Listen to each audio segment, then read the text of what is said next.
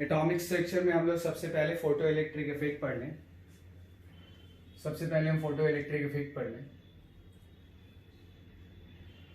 तो photo electric effect में हम पढ़ेंगे सबसे पहले particle theory of light. Actually light जो होता है उसकी दो थ्योरी होती है, ठीक है। Light behaves as wave, light को हम वेव भी लेते हैं, and light also behaves as particle,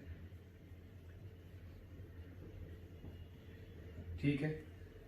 तो लाइट कब वेव की तरह बिहेव करेगा और लाइट कब पार्टिकल की तरह बिहेव करेगा, ये तो थोड़ी डिटेल्ड थ्योरी है, पर मैं ये बता सकता हूं depending on the situation light behaves both as a wave and as a particle, and this is not only true for light, ठीक है। ये सबके लिए ट्रू है, सबके लिए ट्रू है। जो एक हम फिजिकल बॉडी देखते हैं, जैसे कोई क्रिकेट की बॉल है, तो उसका भी डुअल नेचर होता है, उसका भी डुअल नेचर होता है।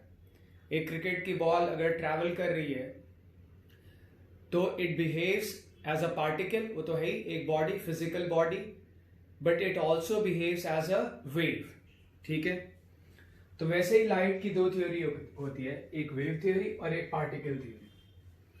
फोटो इलेक्ट्रिक इफेक्ट में हमारा लेना देना है लाइट की पार्टिकल थ्योरी से। फोटो इलेक्ट्रिक इफेक्ट में हमारा लेना देना है लाइट की पार्टिकल थ्योरी से, पार्टिकल थ्योरी ऑफ लाइट, ठीक है। तो पार्टिकल थ्योरी ऑफ लाइट में हम अज्यूम करते हैं कि लाइट पार्टिकल्स होते हैं, हम अज्यूम करते हैं कि लाइट पार्टिकल्स होते हैं। पार्टिकल थ्योरी ऑफ लाइट,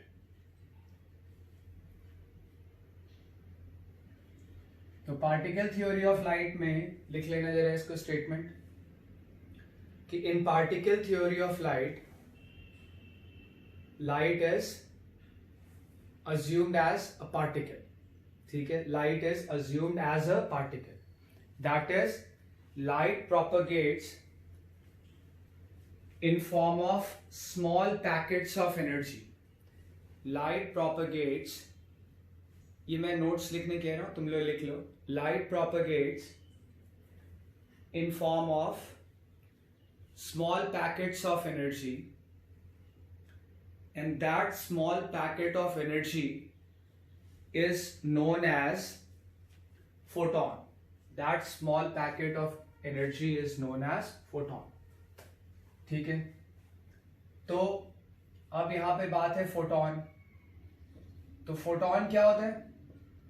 तो फोटोन को तुम लाइट का पार्टिकल बोल सकते हो। फोटोन को तुम क्या बोल सकते हो? लाइट का पार्टिकल, ठीक है। Photon is a light particle.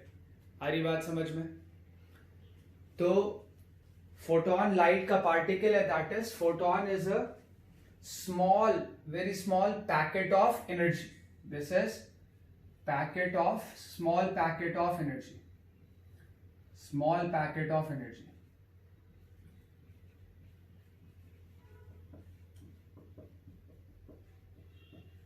तो फोटोन जो होता है वो स्मॉल पैकेट ऑफ एनर्जी होता है। आ रही बात समझ में? Photon is a small packet of energy, ठीक है। तो लाइट जो होता है वो पार्टिकल्स होते हैं। लाइट प्रोपेगेट करता है इन form of particle. Light propagate कर रहा है, नहीं पार्टिकल्स मूव कर रहे हैं एक जगह से दूसरी जगह। और वो पार्टिकल क्या है? Those particles are basically packets of energy, and those packets of energies are known as photons. Clear है ये? तो अब हम यहां पे फोटोन की एनर्जी देखें कि कैसे लिखेंगे। Energy of photon, energy of photon. तो एनर्जी ऑफ फोटोन का फॉर्मूला होता है E for energy. Energy of photon का फॉर्मूला होता है H new. Energy of photon का फॉर्मूला होता है एच न्यू, समझ रहे हो? तो यहां पे H क्या है? यहां पे H है Planck's constant. H is Planck's constant. Clear है ये कांस्टेंट वैल्यू होती है। और न्यू क्या है? न्यू है फ्रीक्वेंसी ऑफ द लाइट, ठीक है। हालांकि लाइट पार्टिकल की तरह बिहेव कर रहा है, पार्टिकल थ्योरी में हम मान के चलते हैं कि लाइट पार्टिकल की तरह बिहेव कर रहा है, फिर भी फोटोन की एनर्जी के लिए हम फ्रीक्वेंसी का टर्म यूज करते हैं। दरअसल फ्रीक्वेंसी का टर्म तो वेव से एसोसिएट होता है ना, फ्रीक्वेंसी का टर्म किससे एसोसिएट होता है? वेव से। और यहां पे पार्टिकल थ्योरी ऑफ लाइट में जहां पे हम मान के चलते हैं कि light propagates in form of particles, small packets of energy known as photons, ठीक है। तो वो जो स्मॉल पैकेट ऑफ एनर्जी है जिसको हम फोटोन कहते हैं, है ना, उसकी एनर्जी के लिए हमने क्या लिखा? E is energy of photon is equal to h into nu, जहां पे h क्या है? h है प्लैंक्स कांस्टेंट और न्यू क्या है? फ्रीक्वेंसी ऑफ लाइट, ठीक है। हालांकि फ्रीक्वेंसी एसोसिएट होता है वेव से, पर फिर भी जब हम लाइट को पार्टिकल मानते हैं, यानी लाइट को पार्टिकल मानते हैं और उस पार्टिकल को हम क्या बोलते हैं? फोटोन, तब भी जब हम फोटोन की एनर्जी लिखते हैं, एक फोटोन की जब हम एनर्जी लिखते हैं तो क्या लिखते हैं? E is equal to h nu, where nu is frequency of light. h Planck's constant होता है और h की जो वैल्यू होती है वो होती है 6.62 इंटू 10⁻⁻34 जूल सेकेंड, ये h की वैल्यू होती है। तो ये एनर्जी ऑफ फोटोन का फॉर्मूला है, ठीक है। अब इसके बाद हम फॉर्मूला पढ़ेंगे मोमेंटम ऑफ फोटोन का, ठीक है, मोमेंटम ऑफ फोटोन का। आ रही बात समझ में? तो मोमेंटम ऑफ फोटोन से पहले जरा लाइट की फ्रीक्वेंसी और वेवलेंथ में एक रिलेशन देख लें। रिलेशन बिटवीन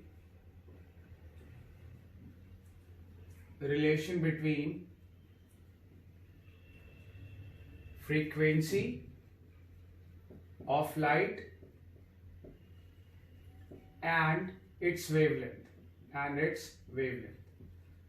हम ये जरा रिलेशन देख लें, ठीक है। Relation between frequency of light and it's wavelength in vacuum और इन एयर, ठीक है। तो फ्रीक्वेंसी ऑफ लाइट और लाइट की वेवलेंथ में हम रिलेशन देख लें कि क्या रिलेशन होता है। तो तुमने ये फॉर्मूला पढ़ा भी होगा शायद, वेव का एक फॉर्मूला होता है F into lambda is equal to V, F into lambda is equal to V, जहां F होता है frequency of the wave, lambda होता है वेवलेंथ और v होता है वेव की स्पीड। अब लाइट के केस में बात करें तो लाइट की फ्रीक्वेंसी को मैंने न्यू लिखा है, लैम्डा लाइट की वेवलेंथ। अच्छा, लाइट की वैक्यूम या एयर में कितनी स्पीड होती है? c। तो यहां पे तुम देख सकते हो nu is equal to c upon lambda, ये फॉर्मूला है, ठीक है। फ्रीक्वेंसी और वेवलेंथ में ये फॉर्मूला है, रिलेशन है, nu is equal to c upon lambda. What is c? c is speed of light in vacuum. c is speed of light in vacuum.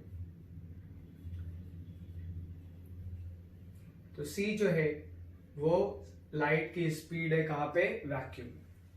तो एनर्जी के लिए हम एक और रिलेशन लिख सकते हैं, जैसे E is equal to H nu है, तो E is equal to H nu पर न्यू इज इक्वल टू कितना है? c upon lambda. और न्यू अगर c अपॉन लैम्डा है तो E को हम क्या और लिख सकते हैं? E को हम लिख सकते हैं h c upon lambda, E is equal to H C upon lambda. तो फोटोन की एनर्जी का formula E is equal to H nu भी है और फोटोन की एनर्जी का formula H C upon lambda भी है, क्योंकि न्यू क्या होता है? c अपॉन लैम्डा के बराबर। तो अब हम यहां पे देखें जरा momentum of photon, momentum of photon.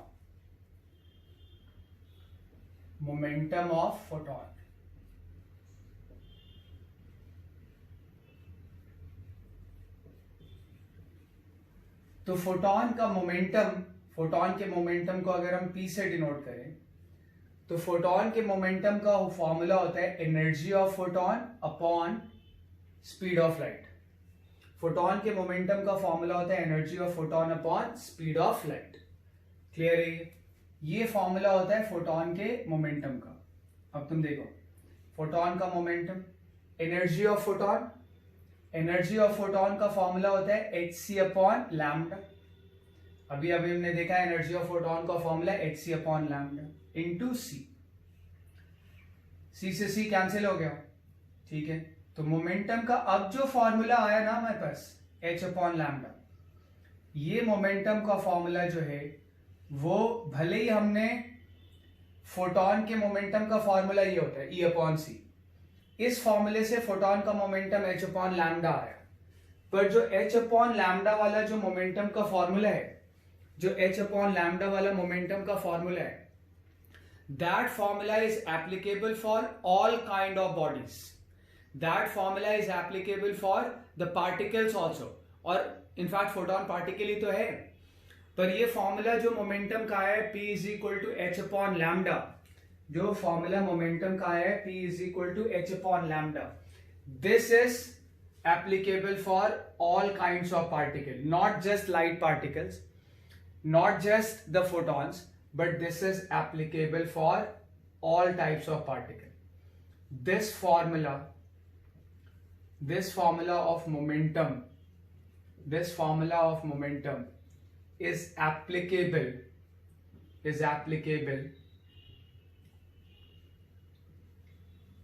for all kinds of particles, not just the light particles, ठीक है। ये फॉर्मूला E अपॉन सी का जो फॉर्मूला होता है ना, जहां पे हम फोटोन की एनर्जी को क्या लिखते हैं, फोटोन की एनर्जी को हमने लिखा था E बराबर hc अपॉन लैम्डा या h न्यू। तो E फोटोन की एनर्जी है h न्यू, इसी को हम hc अपॉन लैम्डा लिख सकते हैं। This formula is applicable only for photons, this formula of energy is applicable only for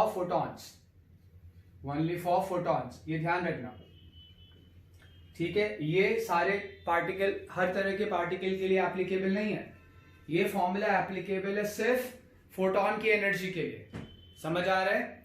जबकि जो मोमेंटम का फॉर्मूला है, फोटोन के मोमेंटम का फॉर्मूला क्या आया, h अपॉन लैम्डा। ये फॉर्मूला तो हमने निकाला है फोटोन के मोमेंटम का, लेकिन ये जो मोमेंटम का फॉर्मूला है ये फोटोन पे तो एप्लीकेबल है ही, ये हर तरह के पार्टिकल पे एप्लीकेबल है। फोटोन पे तो h अपॉन लैम्डा का फॉर्मूला एप्लीकेबल है ही, ये हर तरह के पार्टिकल पे एप्लीकेबल है, ठीक है। पर जो एनर्जी का फॉर्मूला होता है E is equal to H nu या hc अपॉन लैम्डा, ये फॉर्मूला होता है सिर्फ किसके लिए एप्लीकेबल, फोटोन के लिए। अच्छा, ये फोटोन की एनर्जी है, ये कोई फोटोन की काइनेटिक एनर्जी नहीं है। काइनेटिक एनर्जी का तो फॉर्मूला होता है हाफ mv², ठीक है, जहां पे m क्या होता है, m क्या होता है, पार्टिकल का मास। किसी पार्टिकल के लिए काइनेटिक एनर्जी का फॉर्मूला क्या होता है, हाफ mv², क्लियर है ये। लेकिन फोटोन जो होता है ना, फोटोन, उसका रेस्ट मास 0 होता है, फोटोन का रेस्ट मास 0 होता है। आई बात समझ में। तो ये जो फोटोन की एनर्जी का फॉर्मूला है, ये फोटोन की काइनेटिक एनर्जी नहीं है, ये फोटोन की एनर्जी है। इस एनर्जी को कोई नाम देना जरूरी नहीं है, this is just energy of photon. हम इसको काइनेटिक एनर्जी या पोटेंशियल एनर्जी में नहीं बांटेंगे, this is energy of photon. आई बात समझ में। काइनेटिक एनर्जी के, किसी पार्टिकल के काइनेटिक एनर्जी का ये फॉर्मूला होता है हाफ mv²। किसी पार्टिकल के काइनेटिक एनर्जी का फॉर्मूला होता है हाफ mv²। काइनेटिक एनर्जी का ये फॉर्मूला फोटोन पे नहीं लगेगा, क्योंकि फोटोन का जो रेस्ट मास होता है ना, रेस्ट मास, वो होता है 0। फोटोन का रेस्ट मास 0 है, इसका मतलब रेस्ट में फोटोन का कोई एग्जिस्टेंस नहीं है। फोटोन का रेस्ट मास 0 है, यानी अगर फोटोन रेस्ट में है तो उसका कोई एग्जिस्टेंस नहीं है। आई बात समझ में। तो ये याद रखना जरूर कि भाई एनर्जी, ठीक है ना, फोटोन की एनर्जी का जो फॉर्म, ये जो एनर्जी का फॉर्मूला है, this is applicable only for photons.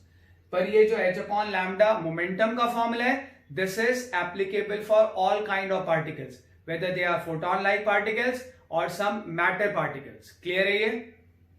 Momentum का ये फॉर्मूला सबके लिए ही एप्लीकेबल है, ठीक है। ये इंपॉर्टेंट बात है, इसको ध्यान रखना। तो अभी मैंने बताया तुम्हें कि मोमेंटम का फॉर्मूला जो h अपॉन लैम्डा होता है वो हर तरह के पार्टिकल के लिए एप्लीकेबल होता है, not just for photon like particles. Clear है ये? तो अब यहां पे अगली हेडिंग है de Broglie wavelength of the matter waves.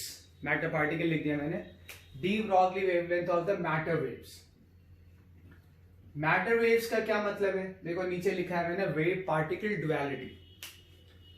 ठीक है, तो डी ब्रॉगली की जो वेव पार्टिकल ड्युअलिटी है उसमें ये कहा जा रहा है, ये कहा जाता है, ये उन्होंने कहा कि हर मैटर मतलब मास जिसमें हो वो वेव की तरह बिहेव करता है और हर वेव मैटर की तरह बिहेव करती है।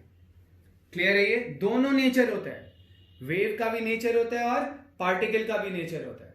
वेव का भी नेचर होता है और पार्टिकल का भी नेचर होता है। इसी को हम लोग कहते हैं wave particle duality.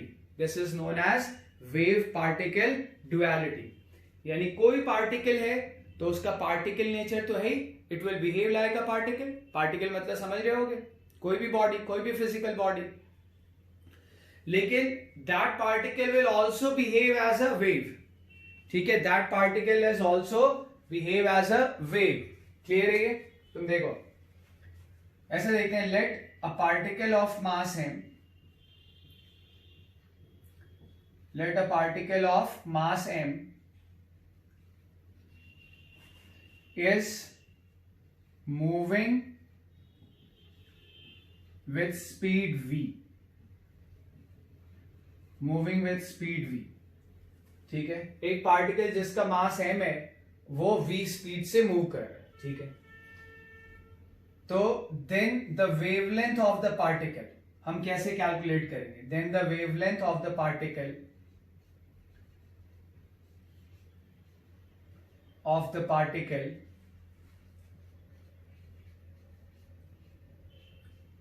will be determined as follows।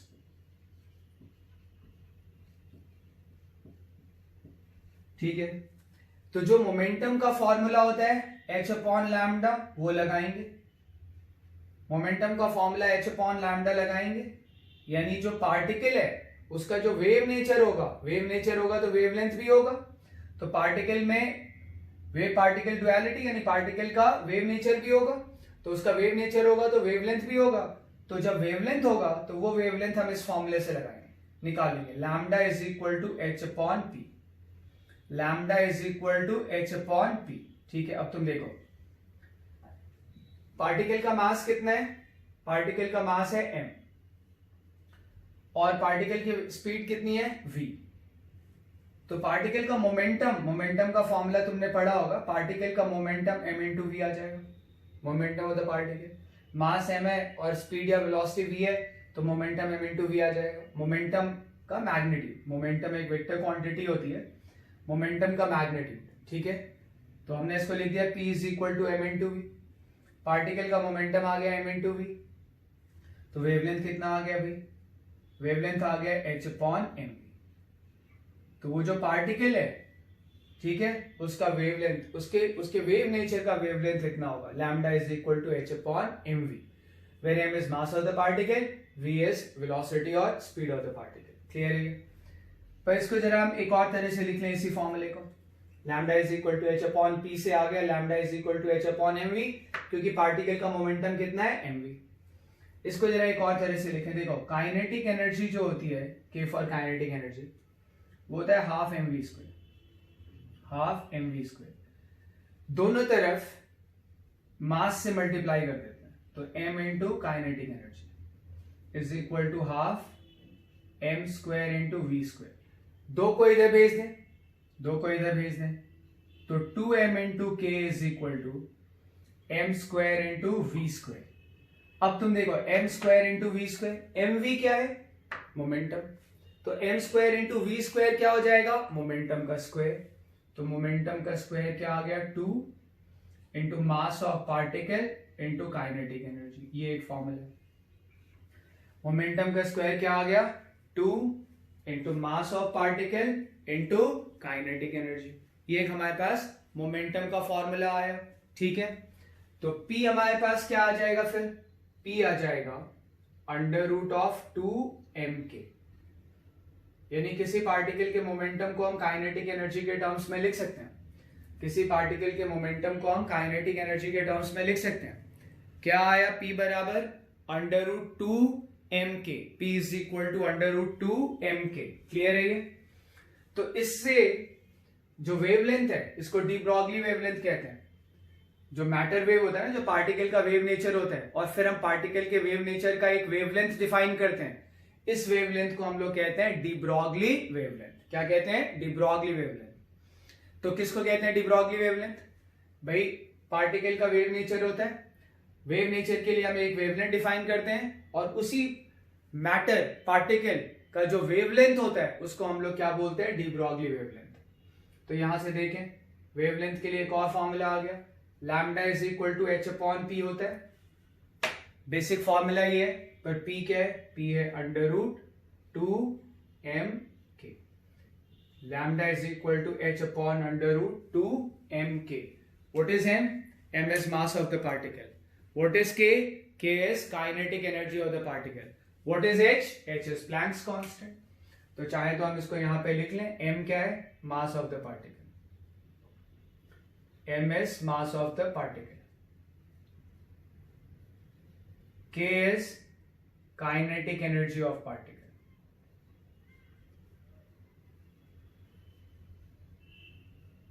ठीक है, तो ये हमने यहां पे अभी पढ़ा है de Broglie wavelength of the matter wave, wave particle duality. ठीक है, अब हम फोटो इलेक्ट्रिक इफेक्ट पढ़ेंगे कि फोटो इलेक्ट्रिक इफेक्ट होता क्या है। ठीक है, फोटो इलेक्ट्रिक इफेक्ट होता है कि अगर हमारे पास कोई मेटल का सरफेस है, हमारे पास कोई मेटल सरफेस है, ठीक है, मेटल सरफेस लेते हैं क्योंकि मेटल में ना फ्री इलेक्ट्रॉन्स होते हैं। ठीक है, मेटल में इलेक्ट्रॉन्स फ्री होते हैं मेटल के अंदर इधर से उधर मूव करने के लिए। मेटल में बहुत सारी लेयर्स होंगी, ठीक है, पर मेटल में जो इलेक्ट्रॉन्स होते हैं they are free to move here and there inside the metal. Metal से बाहर नहीं निकल सकते। इलेक्ट्रॉन्स, फ्री इलेक्ट्रॉन्स जो होते हैं वो, देखो इलेक्ट्रॉन्स किससे बंधे होते हैं? न्यूक्लियस से। इलेक्ट्रॉन्स किससे बंधे होते हैं? न्यूक्लियस से। इतना पढ़ा होगा तुमने। पर मेटल्स में, मेटल्स को हम कंडक्टर्स भी बोलते हैं, फ्री इलेक्ट्रॉन्स भी होते हैं। बहुत सारे इलेक्ट्रॉन न्यूक्लियस से बंधे रहते हैं और बहुत सारे इलेक्ट्रॉन्स फ्री भी होते हैं पूरे मेटल में इधर से इधर मूव करने के लिए। ये पॉइंट क्लियर हो रहा है? वो फ्री इलेक्ट्रॉन्स मेटल में इधर से उधर कहीं भी मूव कर सकते हैं, ठीक है, पर वो मेटल के बाहर नहीं जा सकते। वो मेटल के बाहर नहीं जा सकते। मेटल से अगर उनको बाहर जाना है तो उनको एनर्जी की जरूरत पड़ती है। मेटल से अगर उनको बाहर जाना है तो उनको एनर्जी की जरूरत पड़ती है। क्लियर है ये? तो मेटल के सरफेस पे अगर हम ब्राइट कलर की लाइट इंसिडेंट कराएं, ब्राइट कलर मतलब ब्राइट कलर्स जो होते हैं ना, जैसे वॉयलेट, इंडिगो, ठीक है, इनकी फ्रीक्वेंसी हाई होती है, ठीक है, और जो डल कलर होते हैं जैसे रेड या ऑरेंज, इनकी फ्रीक्वेंसी कम होती है। समझ पा रहे हो? तो अगर हम इसके सरफेस पे हाई फ्रीक्वेंसी की लाइट इंसिडेंट कराएं, ठीक है, तो जब मेटल के सरफेस को इल्यूमिनेट किया जाता है with light having sufficiently high frequency. अब सफिशिएंट का क्या मतलब हम देखेंगे। तो जब हम मेटल के सरफेस को इल्यूमिनेट करते हैं by the light having sufficiently high frequency, then तब देखा यह जाता है कि मेटल के सरफेस से इलेक्ट्रॉन्स निकलने लगते हैं। मेटल के सरफेस से इलेक्ट्रॉन्स निकलने लगते हैं। मेटल के सरफेस से कह लो या कह लो मेटल से इलेक्ट्रॉन निकलने लगते हैं। इस तरह से मेटल से बाहर आने लगते हैं। समझ पा रहे हो? इस पूरे फिनोमिना को हम लोग कहते हैं फोटो इलेक्ट्रिक इफेक्ट। इस पूरे फिनोमिना को हम लोग कहते हैं फोटो इलेक्ट्रिक इफेक्ट। और जो इलेक्ट्रॉन्स बाहर निकल रहे हैं जो इलेक्ट्रॉन्स बाहर निकल रहे हैं उसको हम लोग कहते हैं फोटो इलेक्ट्रॉन्स। तो लिखना जरा, फोटो इलेक्ट्रिक इफेक्ट क्या होता है। फोटो इलेक्ट्रिक इफेक्ट लिखो, फोटो इलेक्ट्रिक इफेक्ट की फिर से एक हेडिंग डाल दो और उसमें जो मैं कह रहा हूं उसको लिखो। लिखना, इन metals there are free electrons. In metals there are free electrons. These free electrons are free to move. These free electrons are free to move inside the metal. These free electrons are free to move inside the metal. But they cannot come out from the metal. But they cannot come out from the metal. ठीक है, full stop. To come out from the metal, they requires energy. ठीक है, full stop. Paragraph change. When the surface of the metal is illuminated by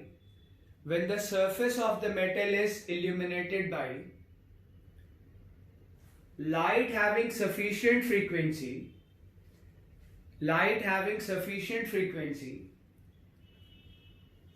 then it is seen that the electrons are ejected from the metal.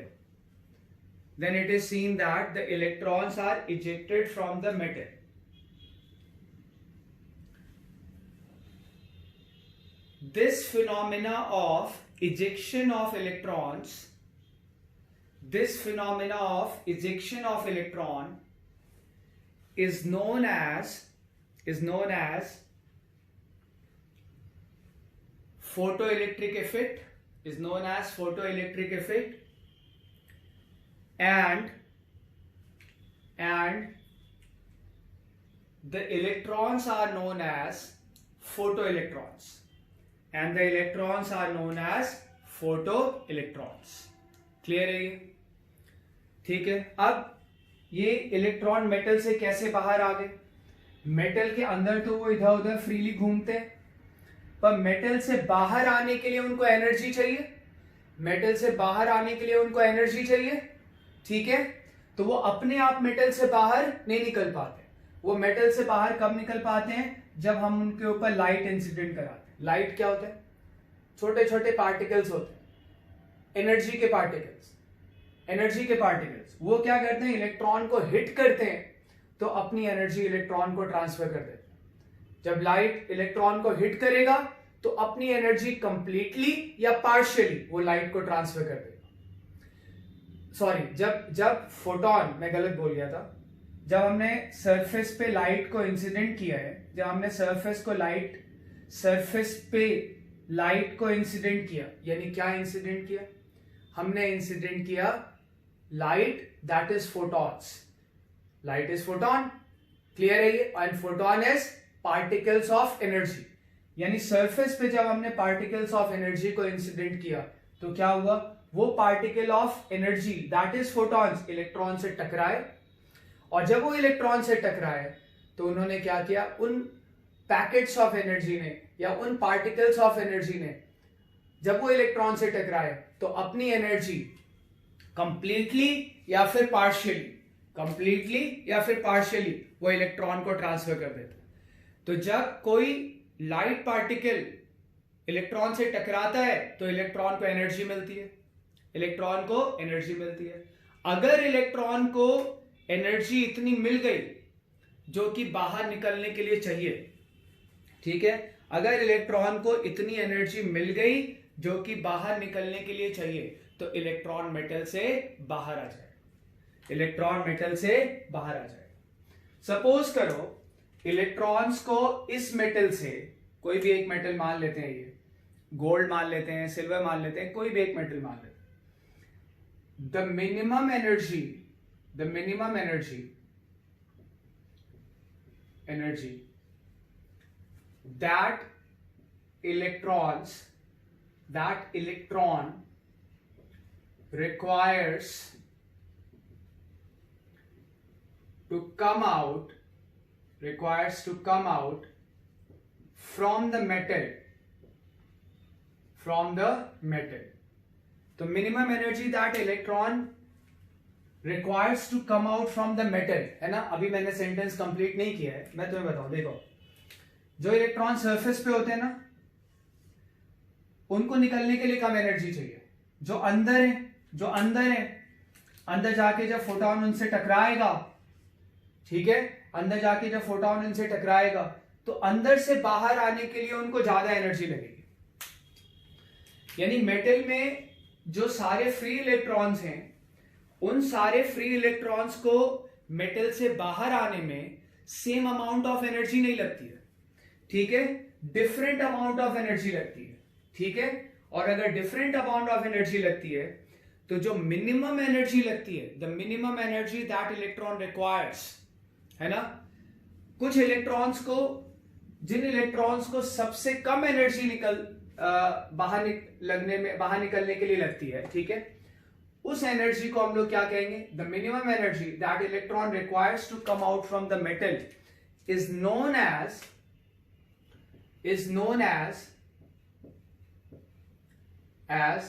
Work function of the metal.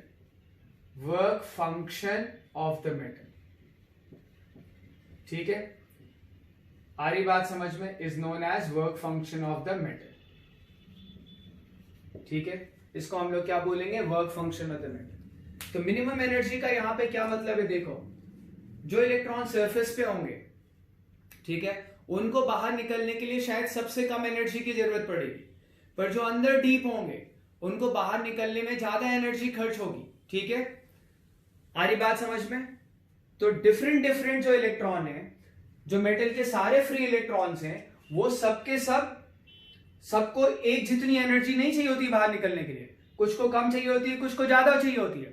जो कम से कम जिनको energy चाहिए होती है, कुछ electrons जिनको सबसे कम energy चाहिए होती है बाहर निकलने के लिए, है ना, तो जो वो सबसे कम एनर्जी चाहिए, तो वो जो सबसे कम एनर्जी होती है, जितनी बाहर निकलने के लिए किसी इलेक्ट्रॉन को चाहिए, ठीक है, उसको हम लोग कहते हैं work function of the metal. और मैं तुम्हें बता दूं कि डिफरेंट इलेक्ट्रॉन्स को डिफरेंट अमाउंट ऑफ एनर्जी की जरूरत होती है। ठीक है, कुछ को कम, कुछ को ज्यादा।